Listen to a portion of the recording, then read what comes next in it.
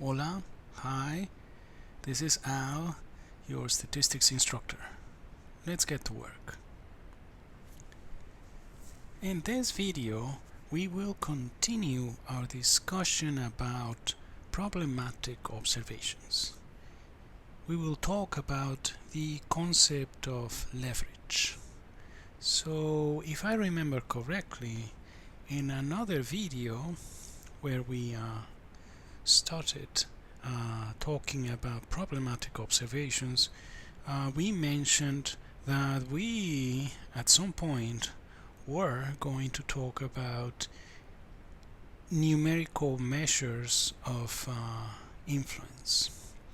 So leverage is one of those numerical measures of influence. Well, now, in order to talk about leverage, we need to involve the matrix H. Remember the matrix H, the hat matrix? Remember when we, in another video, where we talked about the simple linear regression model using matrix notation, right, and a theorem from linear algebra, we introduced the hat matrix, the H matrix. Okay? Okay. So what's the plan? First, we are going to consider a linear regression model. We are going to be dealing with the centered model, right? Because it's going to be easier to do what I'm planning to do with you using that model, right? Anyway, if you remember from what we did in this video about revisiting simple linear regression using matrices, right, we saw that it's in some cases it's preferable, right? It's so much better to use the centered model to derive some theoretical properties. Okay, so that's what we're going to be doing here. First, we're going to consider that centered model.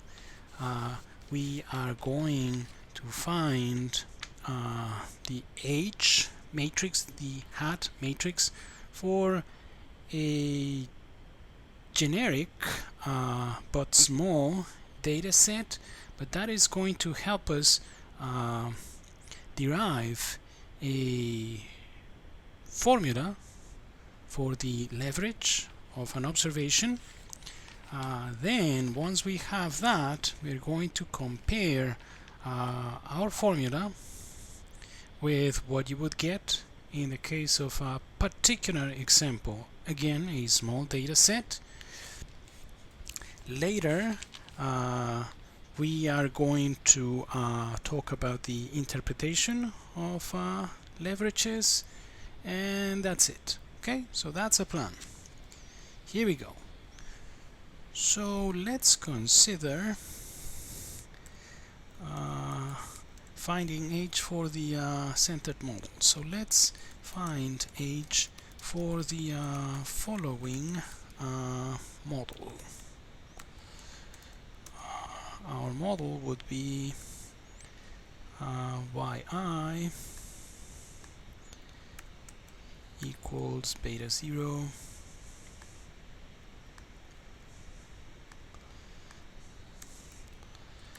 plus beta 1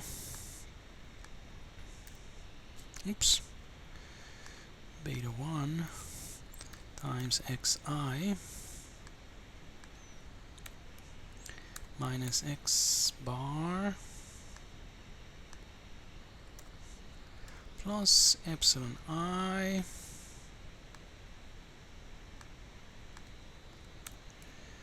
okay, and you know, same assumptions about the error as always, that the error epsilon is normally distributed with mean 0 and variance sigma squared. Okay.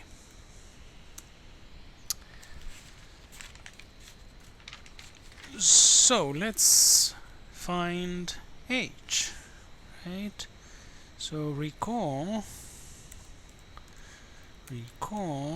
that, that h is given by the following expression: the matrix X times X transpose X inverse times X transpose. Okay. So let's find h for a generic but small data set. Okay, something like this. Example. So say that we have 5 observations. Okay, observation number 1, number 2, number 3, number 4, number 5. Okay, now let me have x and y as well. Okay, so say that the and we're talking about generic data set. So let me use x1 for this guy, and then I'm going to have y1 for this guy here, y1, then we are going to have something similar for the second observation. We're going to have x2, y2. Let's do something similar for the third observation.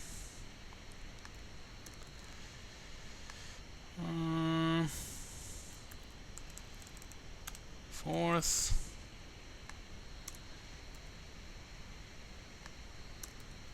and fifth and last observation in our small data set. Okay. Okay. So if we consider the centered model, what we're going to have is that y1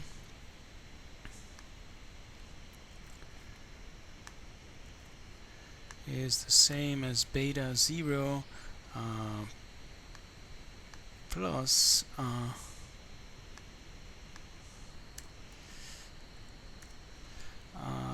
x1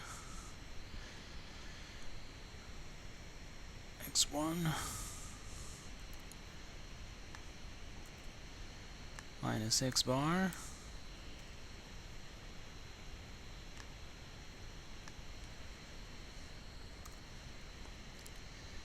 times beta 1, right?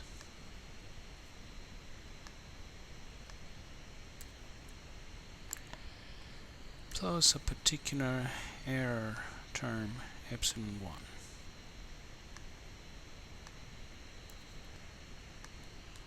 And we have the same for the second observation, third, and up to the fifth observation, right? So let me write something like this.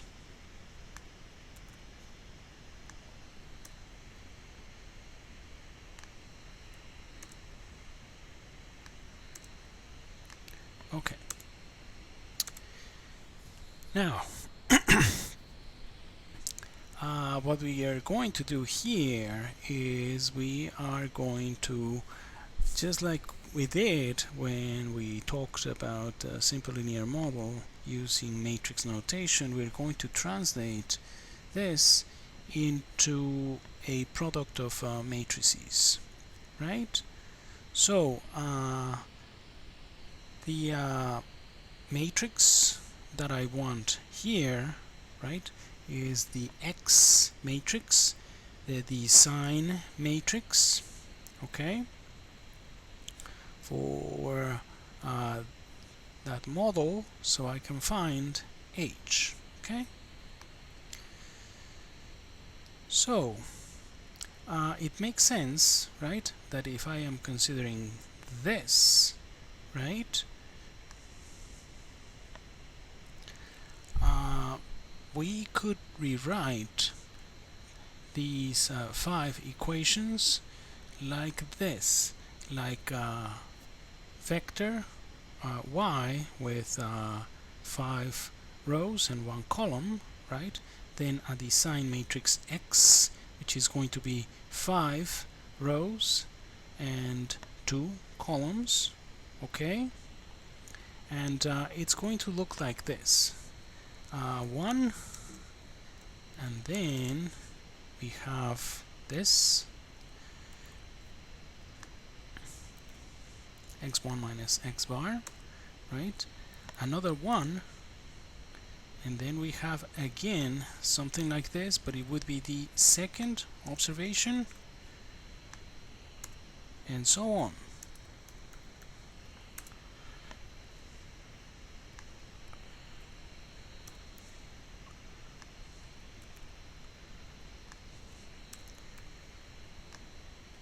So that guy, those 2 columns, a column of 1s and a column of differences between the predictor variable and its mean, will give us our design matrix X, which is a 5 by 2 matrix.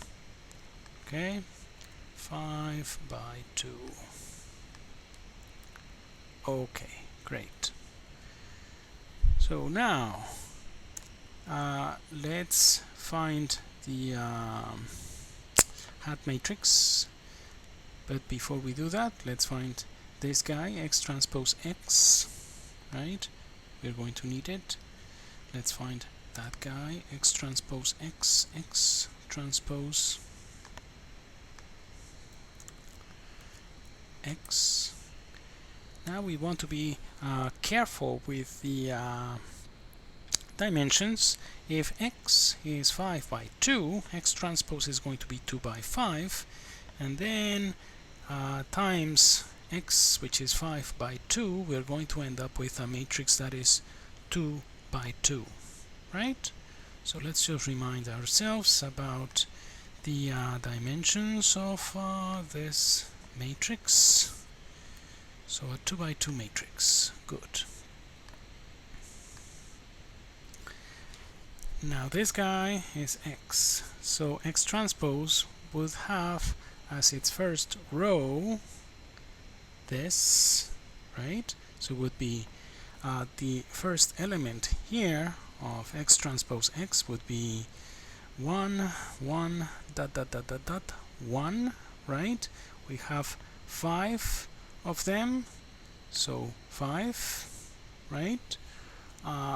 Then we have the first row, again, same guy, 1, 1, dot, dot, dot, dot, 1, times this. So what we have is the sum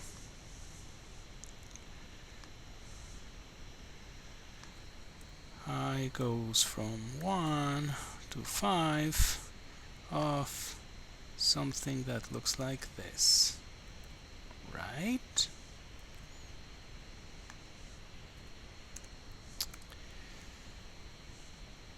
Okay, now this guy here, it would be the second row of X transpose, which would be x1, x2, dot, dot, dot, x5 minus x bar times this guy, the first column.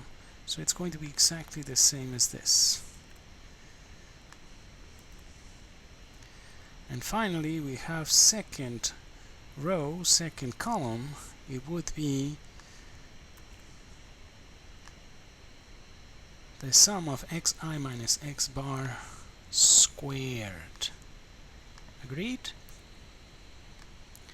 Okay, so we have that matrix, which is a 2 by 2 matrix.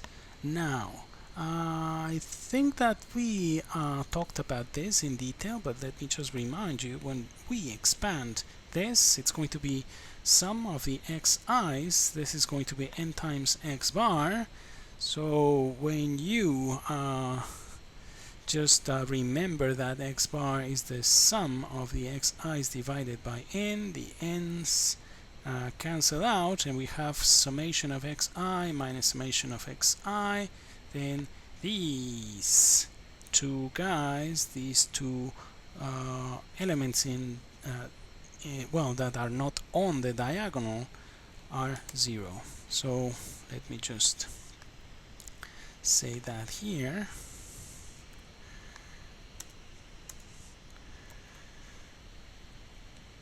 Now we have this 0, 0. Okay, that's x transpose x. And that is going to make our lives so much easier. Because then, when we want to find the inverse, right, then it's so much easier. All we have to do is 1 divided by 5, 1 divided by sum of xi minus x bar squared. Okay, so let's say that. So then we have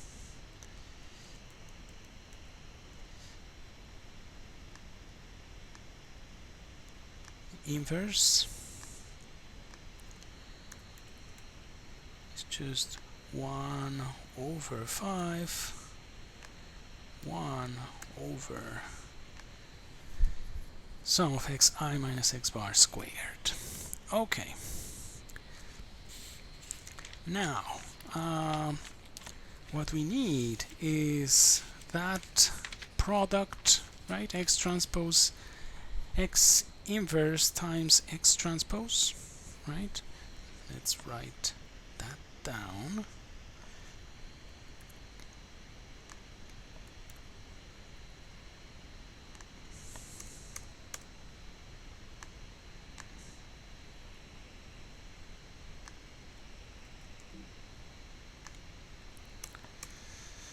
Okay, so x transpose, yeah, x transpose, that's the one we want here.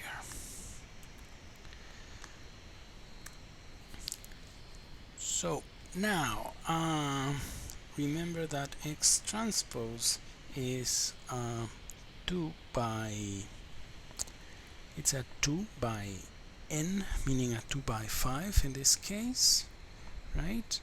Okay, so it would be this guy times x transpose, and x transpose is just first row 1 1 dot dot dot 1, and these guys x1 minus x bar, x2 minus x bar, dot dot dot x5 minus x bar, right? So when we find that product, what we're going to have is a 2 by 5 matrix, right? And it's going to look something like this. Let me see. Okay, yeah, this one should work. So it would be 1 over 5, right, times x transpose, right? So it would be this times 1 times x1 minus x bar, right? That would be the first column of x transpose. So what we end up with here is just 1 over 5, right? Same thing goes for the second column. The second column of x transpose is going to be just 1 x2 minus x bar, right? Then it's going to be 1 over 5 times 1, 0 times whatever, 0, right? So we end up with 1 over 5 here again, dot dot dot, and then we have 1 over 5 again. Okay? Oh, I don't need that many. I just need 2 rows, right? Okay, so let me just write it down like this. Okay? Yeah, because we don't have a choice here, not many choices. Okay, yeah, so anyway, let me remind you that the dimension, it's going to be 2 by 5 of the whole thing. 2 by 5. Okay, and then the next one, it's going to be, let's do that multiplication. It would be now the second row of this guy times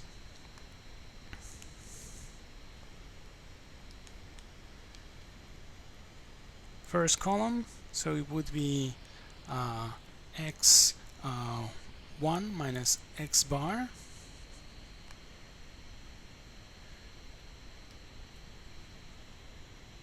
divided by summation of x1, well, xi minus x bar squared. Makes sense, because we would have 0 times 1, and then x1 minus x1 minus x bar. Makes sense? That would be this guy here, the first column of x transpose. Okay, so let me write it down here. x1 minus x bar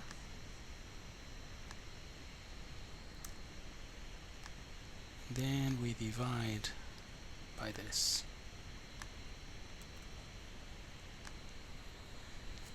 And then if we do that, right, this guy times the second column, 0 times 1, 0, and then we will have x2 minus x bar divided by s x x. This is s x x, right? Okay. So now we have a 2 here, right? And then dot dot dot, and then we have x5. Make sense? So that would be this guy here. Okay? X transpose X inverse times X transpose. Okay? Just first row, second row, right? Okay. Now, we're almost there, right? Because H is X times X transpose X inverse X transpose. So let me copy this guy here, and then we have a matrix X pre-multiplying, but that guy is going to be 5 by 2. Let me remind you about that.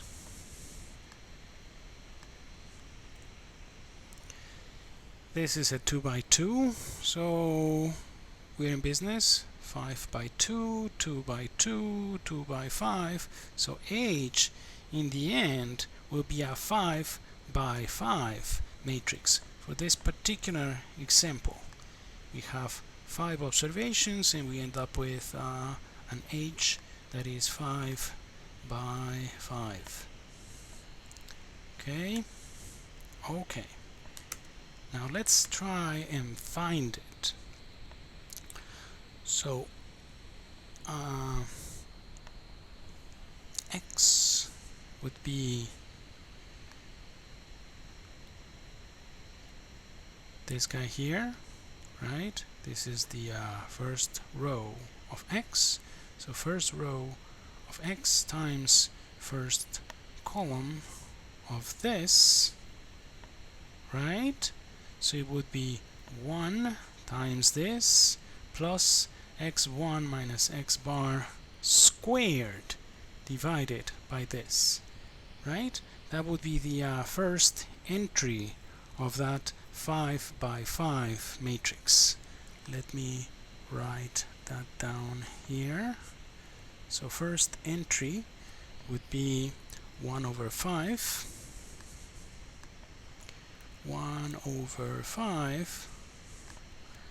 plus and then we would have something similar to what we had before, but now the numerator is going to be squared, right? Is it clear? Right? Because what we have is, this is our matrix X, our design matrix X. So it would be 1 times 1 over 5, right? And then x1 minus x bar times this. So this would be the first element. Okay, let's find the second one.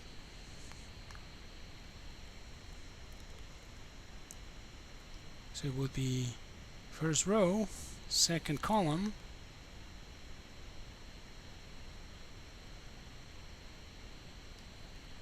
so it would be again 1 over 5, but now we have the cross product here, right? So similar to this one, but here now we have x2 minus x bar.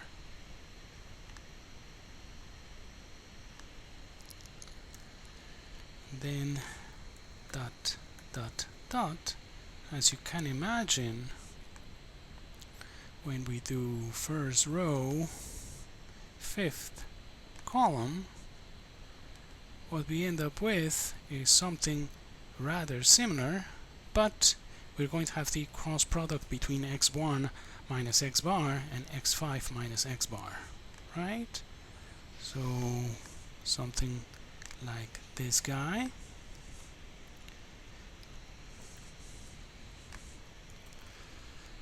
But here we will have a 5 instead of a 2. Make sense? Okay? Okay. Now, we can show that H is symmetric, meaning H equals H transpose, which means that we have found the first row, which is going to be the same as the first column. Okay, so we have this guy, and so on, right? Let me excuse me, let me just find the second diagonal element of H here, right? And then later, if you want, you can find the expressions for the others, but they're going to be similar to what we have here. Okay, but just let me find this guy, the second diagonal element. So it would be just the second row of X, this guy, times the second column of this matrix that we had here, right? So can you see that what we're going to end up with is, oh, by the way, this should be squared, right? Okay, that looks better. So anyway, can you see that the second one, the second diagonal element of H, will look pretty much like that, but we are going to have that difference, right? So for the first one, it was this guy, 1 x1 minus x bar, times this, so that's why we ended up with x1 minus x bar square plus 1 over 5, right? For the second one, second row, second column, we're going to have this, and then what we're going to have is 1 over 5 plus x2 minus x bar squared divided by sxx, right? And you can see, right, just from that, that the third one would be 1 x3 minus x bar, and then when you do that third row, third column to get the third diagonal element, right, you would end up with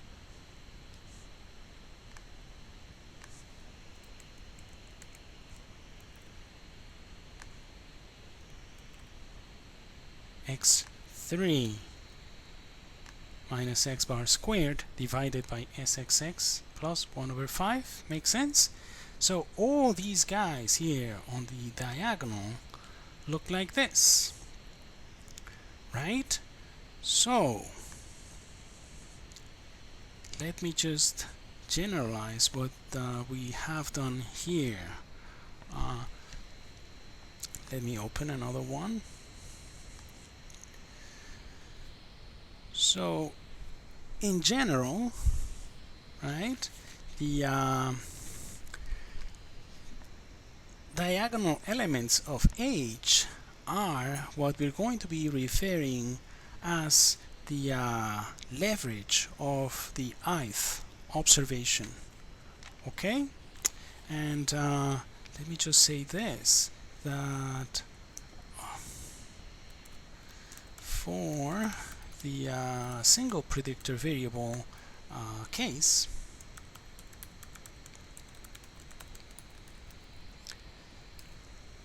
the leverage of the ith observation, which is going to be denoted by hi, can be computed as follows. Okay, we're going to try and generalize what we did together with that small 5 observation data set. So hi, and again remember hi would be the ith diagonal element of the matrix H. In our case, we had 1 over 5 because we had 5 observations. And then we saw that for the first guy, right, what we had was x1 minus x bar squared divided by sxx, right?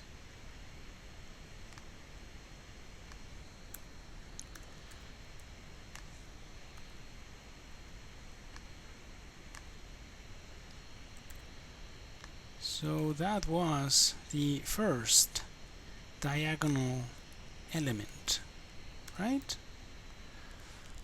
But if you want the ith, if you wanted the second one, we saw that this would change to a2, this would be the same, right?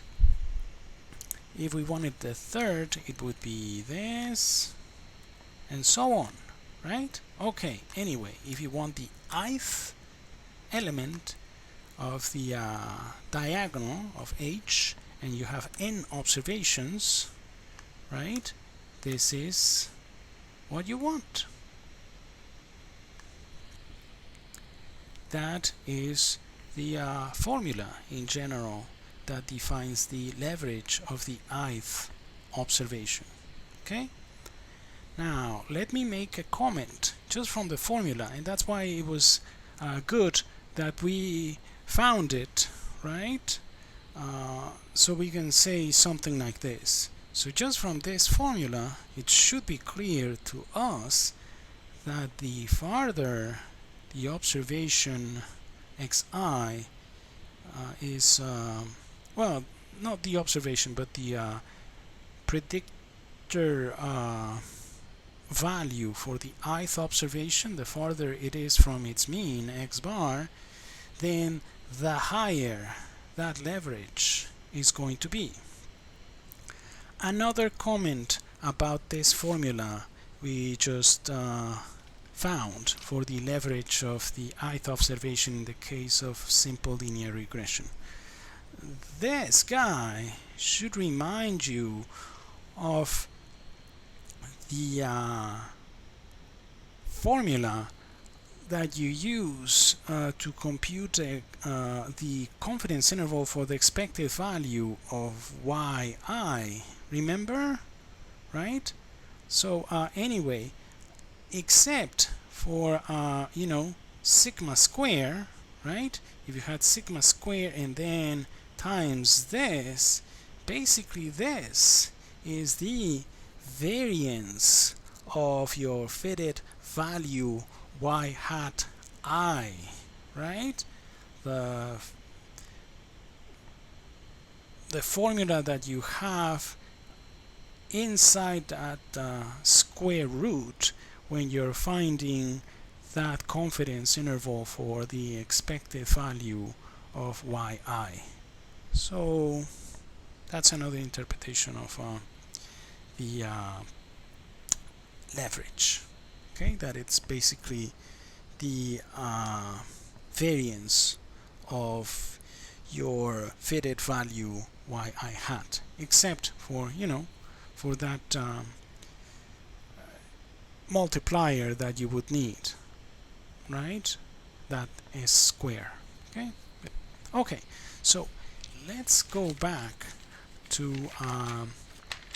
what we had here, right? This simple example. Now let's try and test drive our formula. Okay, let's think about a small data set and let's test drive it.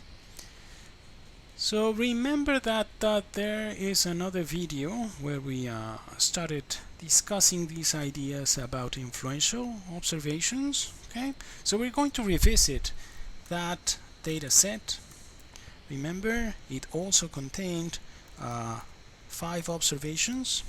So we're going to use that data set again.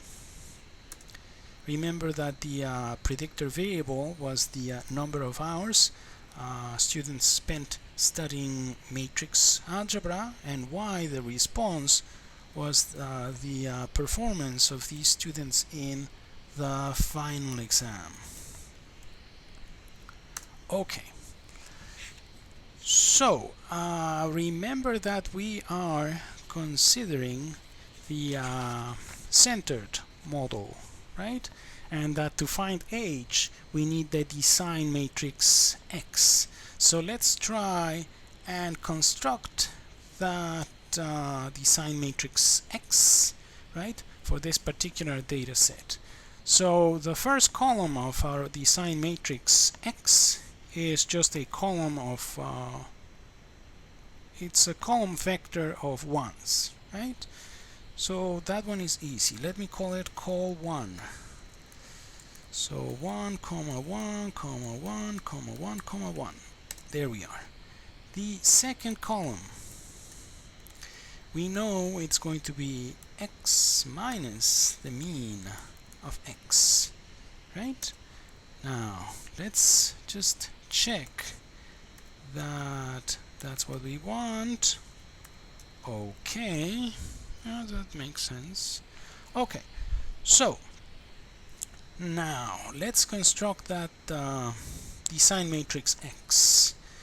Let me use the following command, cbind. Okay, so that's column bind. I want to paste these guys but as columns. So first column, second column. Let's see what we ended up with. That's what we want. Now, just to make sure, because we're going to be doing matrix multiplication, right? Let's make sure that R will consider our X as a matrix.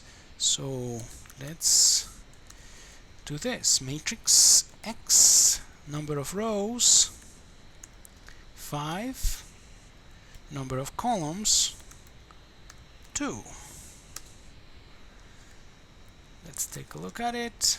Okay, but now this guy will be considered as a matrix, and then we get to do things that we get to do with matrices. So let's find H, right? That's our task. So we know that just like what we did by hand, first we need that product transpose X, well, X transpose times X, and to find the transpose of X, this is the command T of X. Okay, and just like in our theoretical generic data set, can you see? Yeah, we have a diagonal matrix, right? Now we want the inverse of that guy. Solve, and just like before, hey, all you need is the the reciprocal, 1 over 5, 1 over 18. That's what you want. Now H is defined as X times X transpose X inverse times X transpose, right? So here we go. Let's do that. Would be this multiplication. Remember that that's what we need to multiply matrices in R, right? Again, percentage star percentage the transpose of X there. Let's type H. It looks kind of ugly. I would like to be able to see it completely. So let me do this. Let me change the format. So what I'm going to be doing is I'm going to be rounding H to 4 decimal places. Oh, so much better. Okay, now we can see it completely.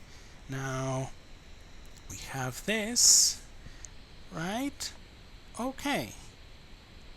So let's see if our formula works, right?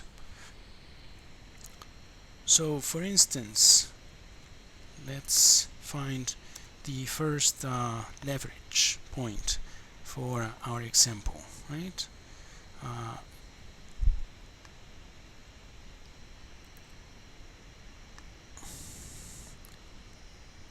It would be the first diagonal element of H would be 1 over, and this in general should be n, right? So if we have 5 for our example,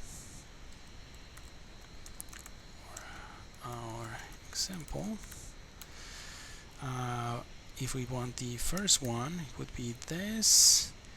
This one looks good. Okay. So let's see. So x1 minus x bar squared, right? So let's find x minus mean of x, right? So the first difference, the first one, would be minus 2 square, right?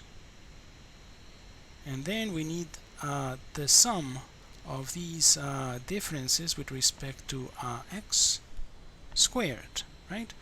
So let's do this. Would be some, well, first we want to square them, then we want the sum, of those guys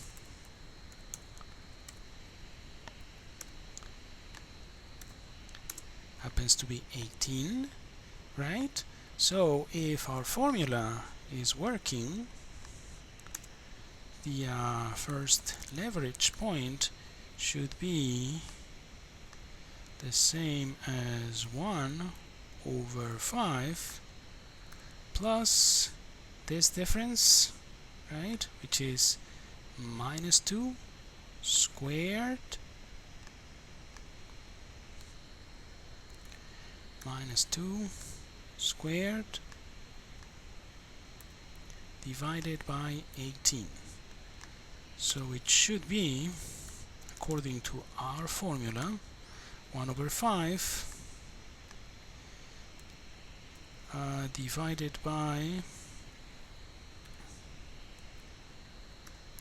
4 over 18, right? Let's see. 1 over 5 plus 4 over 18. 0.42222, right?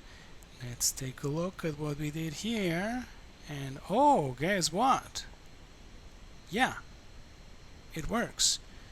Just for fun, let's try and find the second leverage, right? So in that case, you know, using our formula, it would be this, right? That 1 over 5 will be there. Then we need the difference of x2 with respect to x bar, and then we square it. But that difference here is 0, right?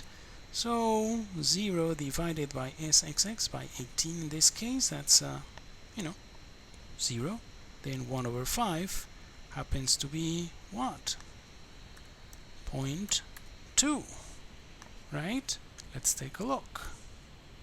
Guess what? The second diagonal element of h is 0.2. So our formula seems to be working. Okay? Okay. So, just to summarize what we did here together. Well, so far, this guy, right, the leverage is going to measure how far the observation, well, the value of the predictor variable is how far it is from its mean, right? So the thing is, there's another interpretation for the leverage. Okay, so remember that we said that it's called the hat matrix because you can get y hat just by multiplication, h times y, right? Okay, so recall that y hat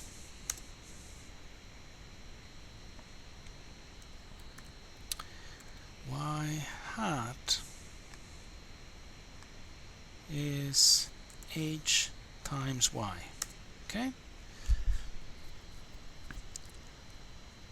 so another way of thinking about this, about the leverage, the diagonal element, is this. Since h times y gives you your prediction, if this guy, the way that you get your prediction would be, for the first observation, would be first row times the vector y, right? So this guy here is the weight that the first observation will have on its prediction. Make sense? So, for instance, for the fourth observation, the fourth observation has a very heavy weight on determining its own predicted value, because again, if you want to find the predicted value for that observation, what you do is just this guy, right, fourth row times y1, y2 up to y5, right? Make sense? Okay, so now what I would like you to see is that in practice it works. This guy h times y is going to give you your predicted values. Okay, so let me show you. Let's say y hat equals h times y, right? So let me show you y hat according to what we said in theory, right? Okay, now let me use a model, right? A linear model. Since we're talking about the centered model, right, y is our response, but the predictor is going to be this guy, x minus the mean of x, but that guy happens to be what we called our second column, right? The second column contains that. So let me use our second column as our predictor variable, call2, right? We know that if we type names and linear model, we have the names of the things inside that linear model. The one that we want in this case is the fitted values, meaning the predictions. Okay, I would like to compare that with our y hat, which we obtained by just multiplying h and y. Okay, so let me type lin mod and then just fit. That should work. We have this, right? Now if we compare with y hat,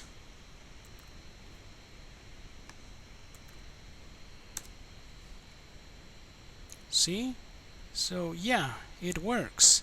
And again, since you're doing that multiplication, well, that's another interpretation of the leverage, that this guy here is giving you an idea of how important an observation is in predicting its own response value. Make sense? Okay. Finally, since what we said is that leverage is going to be a numerical measure of influence, how do we know, how can we identify influential observations using leverages, right? Okay, so here goes another property of leverages. It turns out the theory says that if you do the sum of the leverages, meaning if you do the sum of the diagonal elements of H, you should end up with the number of parameters in your model. So in this case, we have a model with two parameters, beta 0 and beta 1. Okay? So let's see if the theory works. So let's extract the diagonal elements of H, these guys, and now let's add them up. If the theory is telling us the truth, then the sum of those guys should be 2. Guess what? It's true. Okay? So now, since the sum of h of the diagonal elements of h, the sum of the leverages, equals the number of parameters, then the average hat value will be just number of parameters divided by n. So in this case, 2 over 5. Okay, that would be the average hat value.